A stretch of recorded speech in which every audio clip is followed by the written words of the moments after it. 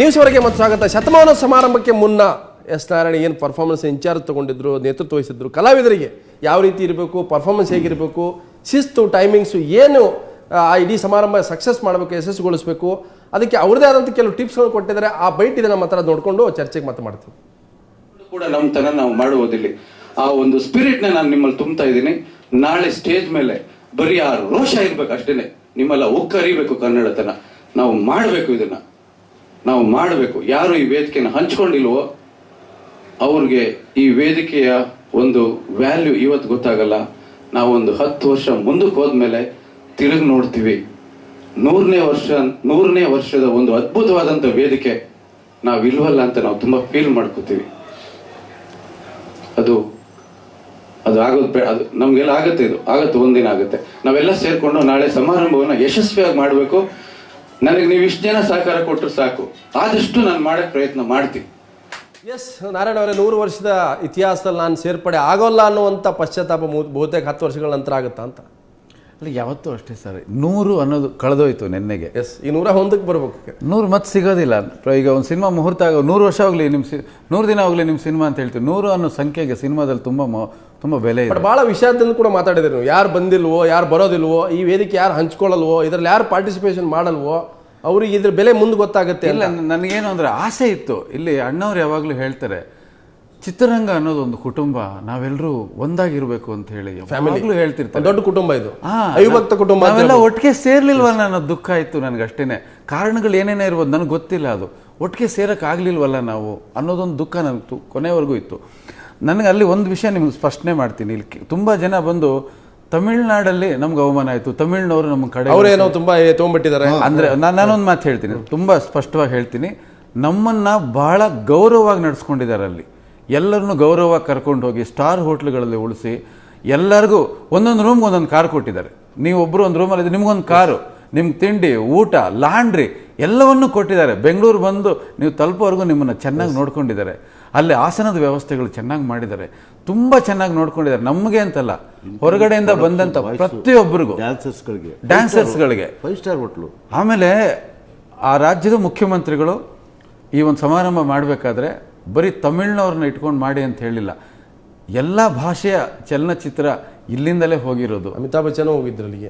ಹಾಗೆ ಎಲ್ಲರೂ ಸೇರ್ಕೊಂಡು ಮಾಡಿ, ಎಲ್ಲರನ್ನೂ ಕರೆಸಿ ಒಂದು ಸ್ನೇಹ ಸೌಹಾರ್ದತೆ ಬೆಳೆಯಲಿ. 4 ರಾಜ್ಯದ ಮುಖ್ಯಮಂತ್ರಿ ಬೇಕು ಅಂತ ಹೇಳಿದ್ರು ಅವರು. ಅವರು 4 ಸ್ಟೇಟ್ಸು ಚೀಫ್ ಮಿನಿಸ್ಟರ್ನ ನೀವು ಇನ್ವೈಟ್ ಮಾಡಿ ಪರ್ಸನಲ್ ಆಗಿ ಹೋಗಿ ಅಂತ ಹೇಳಿದ್ರು. ನಮ್ಮ CM ಬರ್ತಾ ಇದ್ರು. ಆದರೆ ಏನಾಯ್ತು, ಅವತ್ತು ಬಿಜಾಪುರದಲ್ಲಿ ಕಾರ್ಯಕ್ರಮ, ಅಲ್ಲಿಂದ ಅವ್ರು ಹೆಂಗೆ ಬರೋಕ್ಕಾಗುತ್ತೆ? ಸಾರಗೊಂದರೆ ಚಲನಚಿತ್ರ ವಾಣಿಜ್ಯ ಮಂಡಳಿಯ ಒಂದು ಅತ್ಯಂತ ಹಿರಿಯ ಜವಾಬ್ದಾರಿ ಇದೆ. ಇದು ನಿಮಗೆ ಮುಂದೆ ಪಾಠ ಆಗುತ್ತಾ ಅಂತ? ಈ ರೀತಿ ಸಣ್ಣ, ಯಾಕಂದ್ರೆ 100 ಜನರಲ್ಲಿ ಒಂದಿಬ್ಬರದ್ದು ಅಸಮಾಧಾನ ಇರುತ್ತೆ, ಒಂದು ದೊಡ್ಡ ಸಮಾರಂಭದಲ್ಲಿ ಒಂದಷ್ಟು ಅಸಮಾಧಾನ ಇದ್ದೇ ಇರುತ್ತೆ. ಇದು ಪಾಠ ಆಗುತ್ತಾ ಅಂತ? ಸರ್, ನಾವು ಪ್ರಿಪೇರ್ ಆಗಿದ್ದೀವಿ ಸರ್. ಪ್ರಿಪೇರ್ ಆಗಿದ್ದೆ ಮೊದಲೇ. ಯಾವುದೇ ಸಮಾರಂಭ ಆದ್ರೂ ಅನುಭವಿಸ್ಬಿಟ್ಟಿದ್ದೀವಿ ಸರ್. ಇಂಥದ್ದು ಬಂದೇ ಬರುತ್ತೆ ಅಂತ ಹೇಳ್ಬಿಟ್ರೆ ನನಗೆ ಗೊತ್ತಿತ್ತು. ಸೊ ನಿಮ್ಮ ಪಾರ್ಟ್ ಆಫ್ ಫೇಲ್ಯೂರ್ ಅಲ್ಲ ಅಂತ ಹೇಳ್ತೀರಿ? ಕೋಆಪರೇಷನ್ ಫೇಲ್ಯೂರ್ ಆಗಿದೆ. ಎಲ್ಲೋ ಒಂದು ಕಡೆ ಕಮ್ಯುನಿಕೇಷನ್ ಇದಾಗಿದೆ ಇವತ್ತು. ನಮ್ಮ ಕಡೆಯಿಂದ ಯಾರಿಗೆ ಯಾವುದೇ ನೋವಾಗಿಲ್ಲ. ಈಗ ಶ್ರೀನಾಥ್ ಅವ್ರಿಗೆ ಕ್ಲಿಯರ್ ಮಾಡಿದ್ರಲ್ಲ, ನನಗೆ ಅವಮಾನ ಆಗಿಲ್ಲ, ನನಗೆ ನೋವಾಗಿದೆ ಅಂತ ಹೇಳ್ಬಿಟ್ಟು ಅದನ್ನ ಇಷ್ಟು ಬಿಂಬಿಸ್ತಾರೆ. ಎಸ್ ಕೃಷ್ಣ ಅವರೇ, ಇನ್ನು ಮುಂದೆ ಈ ರೀತಿ ಮಾಡುವಾಗ ಇನ್ನೂ ಹೆಚ್ಚು ಅವ್ರ ಹತ್ರ ಕನ್ಫರ್ಮ್ ಮಾಡ್ಕೋಬೇಕಾಗತ್ತೆ. ನೀವು ಬರ್ತಿರೋ ಬರಲ್ವೋ, ಆ ರೀತಿ ಹೋಗ್ಬೇಕಾಗತ್ತ ಅಂತ?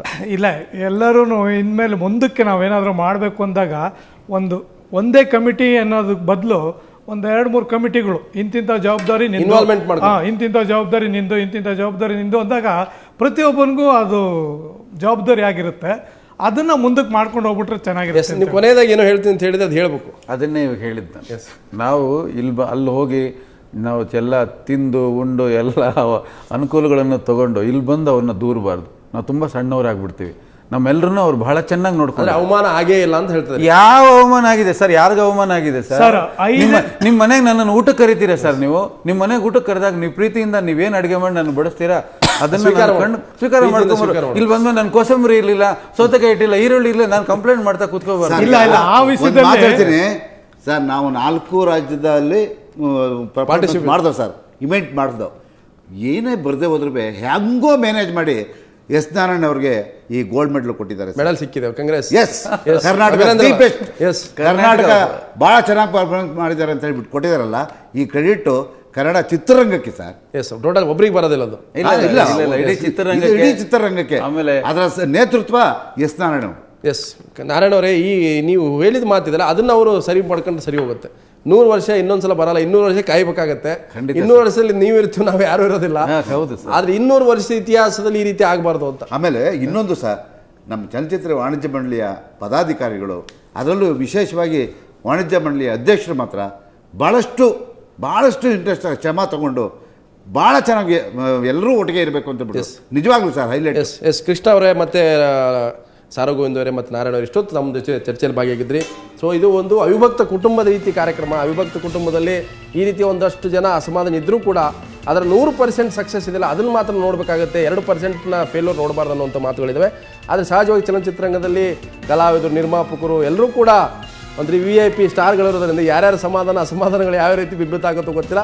ಸೊ ಒಂದಂತೂ ಶತಮಾನೋತ್ಸವ ಕಾರ್ಯಕ್ರಮ ಮುಗಿದು ಹೋಗಿದೆ. ಬಹುತೇಕ ಮುಂದಿನ ದಿನಗಳಲ್ಲಿ ಇದು ಮರುಕಳಿಸೋದಿಲ್ಲ ಅನ್ನೋಂಥ ಒಂದು ವಾಗ್ದಾನವನ್ನು ಸಾರಗೋವಿಂದ್ ನೀಡ್ತಾ ಇದ್ದಾರೆ. ಸೊ ಇದು ಇವತ್ತಿನ ನ್ಯೂಸ್ ಅವರ್.